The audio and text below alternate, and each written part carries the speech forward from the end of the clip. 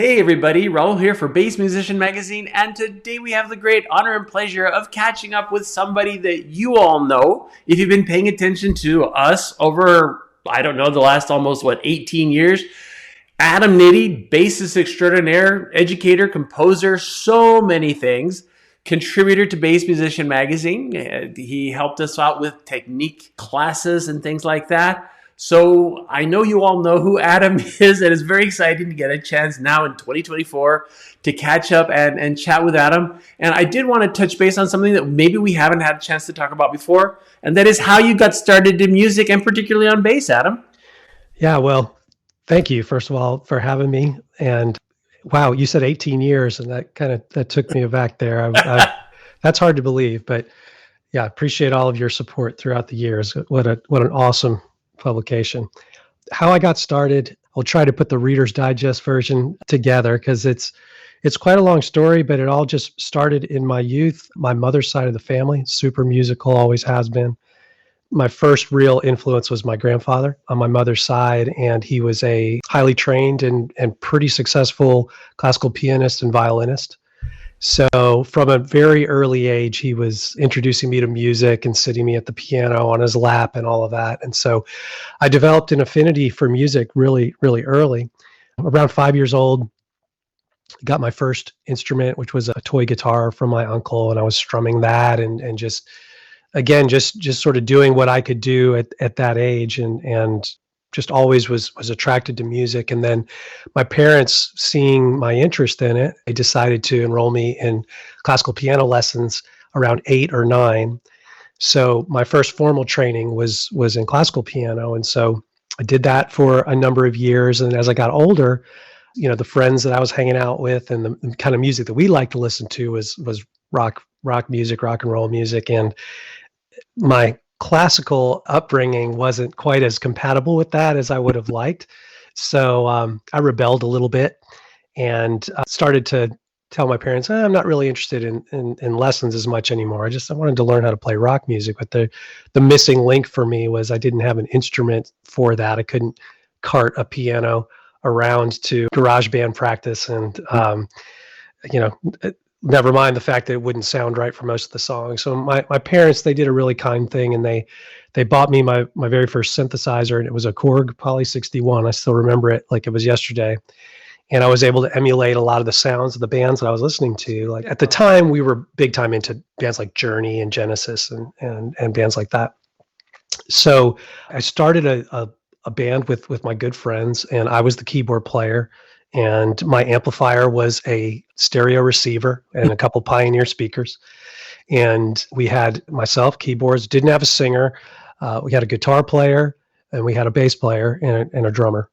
And one day, playing our cover songs, our bass player announced at the end he was interested in starting to play rhythm guitar. And so we didn't have a bass player anymore. So I volunteered to give it a shot. He lent me his bass.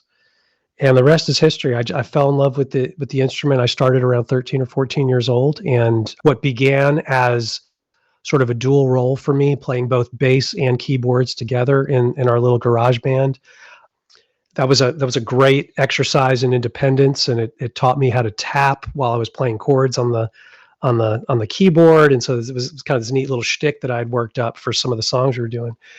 But having picked up the bass, I immediately started listening to bass players and the bass lines that we were, trying to recreate. And so I fell in love with Geddy Lee and Chris Squire and John Paul Jones and all these bass players that all y'all know. And I got so enamored with the bass that I kind of let keyboards go as a performance instrument. I still write and compose on keyboards a good bit, but that's what got me started. And then the rest was just a lot of hard knocks and real life experiences. Nice. Well, and I'm sure, like many musicians, you're constantly, I think, assessing where the needs are. And that is part of what has taken you to do a lot of the things that you've done. For example, early on with Music Dojo, there wasn't much in the way of internet music education and stuff. So tell us a little more about that journey and how you took that. Yeah, so you're speaking to the sort of the educational side that I dove into around that time. Music Dojo was as the best we knew, was the first online based music school. I guess we can call it a school. It was courses that were administered online. Now this is way before the YouTube revolution. So back then, video wasn't a staple like it is now. Yeah. And our courses had audio clips and pictures and just, whatever. Occasionally there were video clips, but they weren't HD, and they looked a little more primitive, but they were there to sort of help assist. And we were doing courses in technique and improvisation, and all the main sort of components of a musical education sort of broken down into an online form. That was an idea that maybe was a little bit ahead of its time, in that we didn't know what was going to be coming down the pike with YouTube. We didn't know what was going to be happening with video, and we had a very finite amount of resources. And my partner, the co-founder, Len Sitnick, he was really in charge of the financials and putting things together. And I was in charge of I was the chief learning officer. That was my title. And I wrote base courses. And then I also brought in some other instructors as well. But that got our feet wet with online education. And when we could no longer keep up with what was happening on the internet, we decided to kind of shut it down. But what I ended up doing was creating a Bass exclusive site under my name, Adam Nitti Music Education. And that was sort of like in a way, it was like a Music Dojo 2.0. And so I was more caught up with the times in terms of the types of media that I was offering and the curriculum I was offering. And that's what got me started. But fast forward to today, for several reasons, a lot of it is just the administrative load. I shut down the Adam Nitti Music Education site and moved things to Patreon because it allowed me to let somebody else worry about payments and tech support and all that stuff. So that's sort of where the educational efforts evolved to. Gotcha. And the whole time as well, you've been very active playing. You've played with countless acts, and you've had. I remember I enjoyed your album, The World Is Loud, and many before that as well. So you've been in this perpetual motion of creativity and your own music. Talk to us about that aspect of what you do. Yeah, it's interesting. We were just talking about education, and I kind of, at least until about 2 years ago, I had always sort of had a parallel thing going career-wise with the performance side of it and then the educational side of it. And the performance side was really what allowed me to get to a place where I could do educational things, because the music that I released my first album in 1995. Oh my gosh, that's so crazy to think. So my very first record came out then, and that was the catalyst for starting to get exposure in magazines and publications and getting booked for shows and things like that, NAMM shows, even my involvement with that for whatever reason, finally having a tangible product that represented my playing and my music was sort of what opened the door. But from the time I was in college, just trying to make money for gas, while I was going to school, I was teaching music lessons at like mom and pop stores, and just doing that on the side. And it was something that was cool, that I enjoyed, that I could sort of rely on to be more consistent than the gigs and the sessions, which weren't necessarily coming as consistently or as predictably, I should say.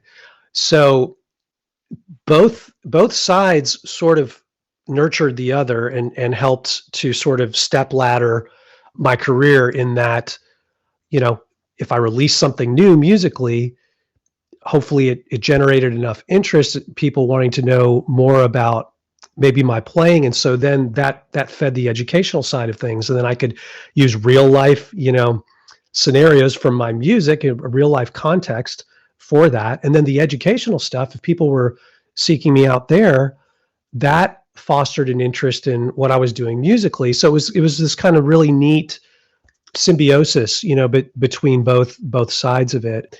And, fast forward to today, I've released 6 albums to date, and then some singles, and I have a new single that came out recently called The Canyon Carver. And I've decided that at least for this next series of releases, it's going to be a number of singles. And then after a certain number are done and released, I'm going to offer that as a hard media vinyl CD type thing. Just trying something different this time around.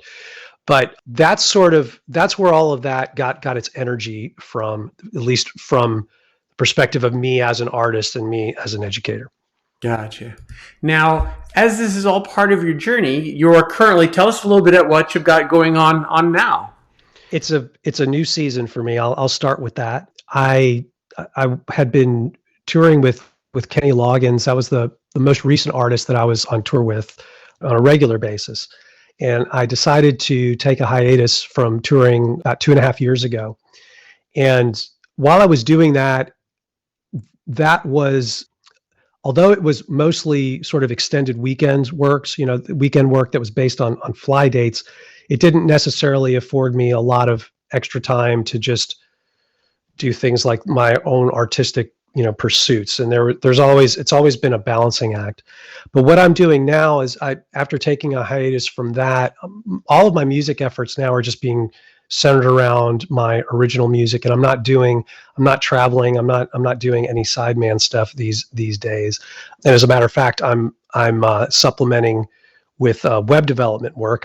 During COVID, I went to web development school and picked up some cool new skills. And so now that is a part of my livelihood in this particular season, which allows me and affords me to sort of stay home and then also do these other things, which is great. So I'm working on my original music, but then also trying to recreate what this sort of educational side is going to be, because the Patreon site where I have those things now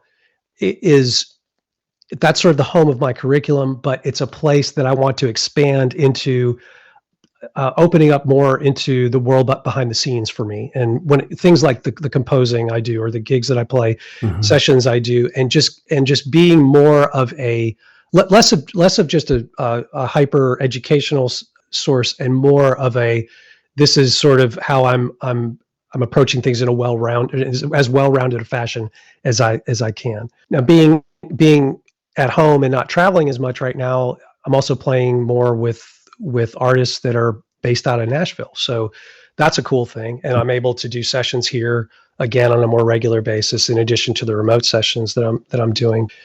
But yeah, that's sort of a summary of what's going on right now. But there's been some great things that have resulted from sort of changing gears. And yeah, it's each day I kind of wake up and I don't have a plan set in stone, although I do like to put a pillar of goals, one in front of the other.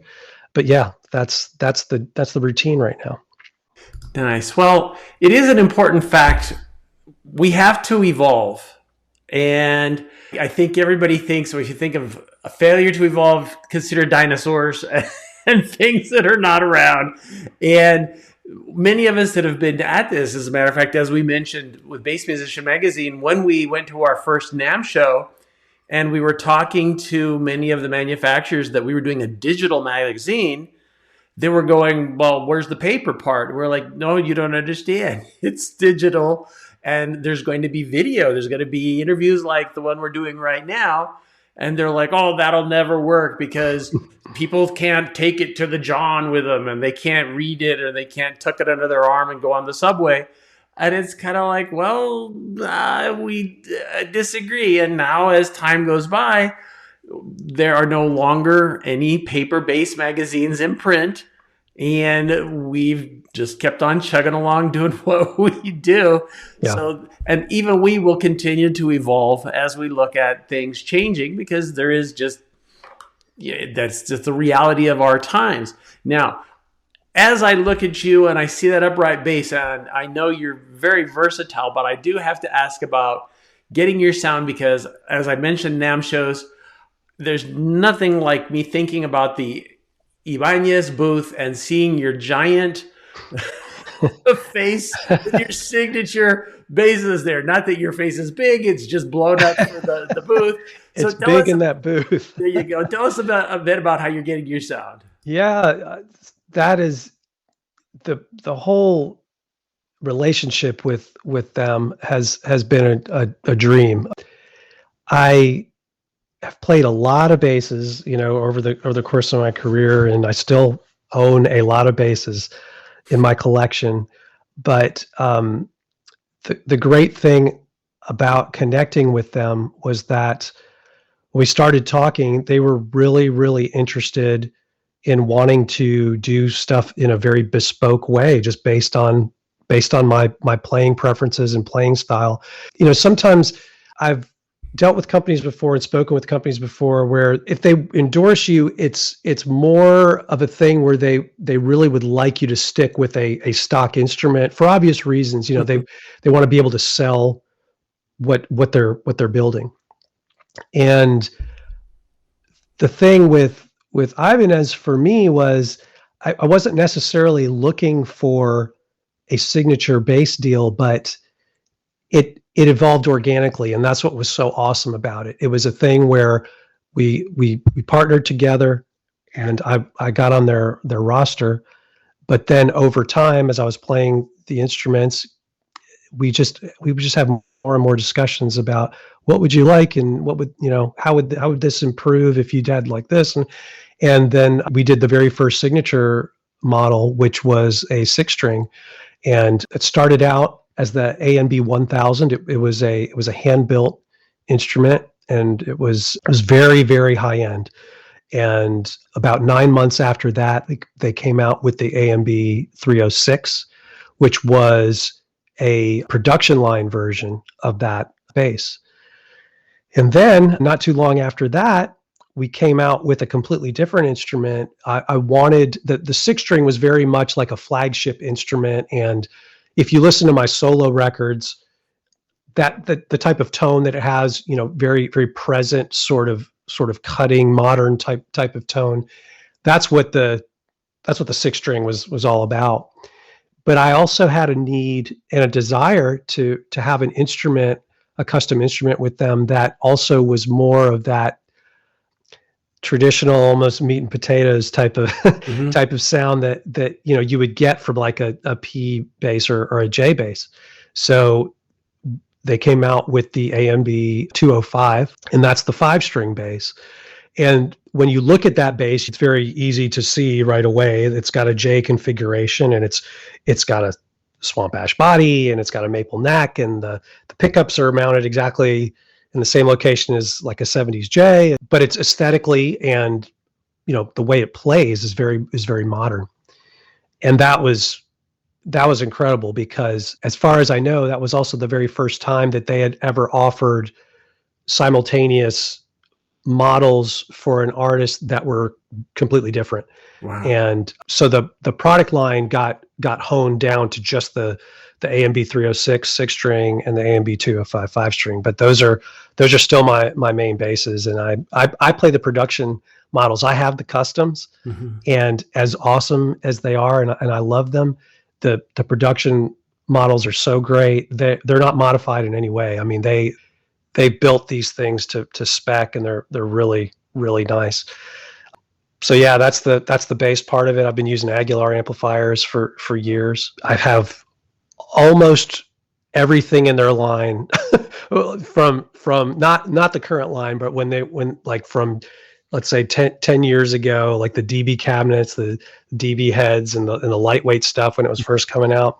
I fell in love with that stuff so much. I got a bunch of different configurations for different styles of gigs, and I'm still using D'Addario strings and YXLs. I mean, I've been using the same stuff for decades.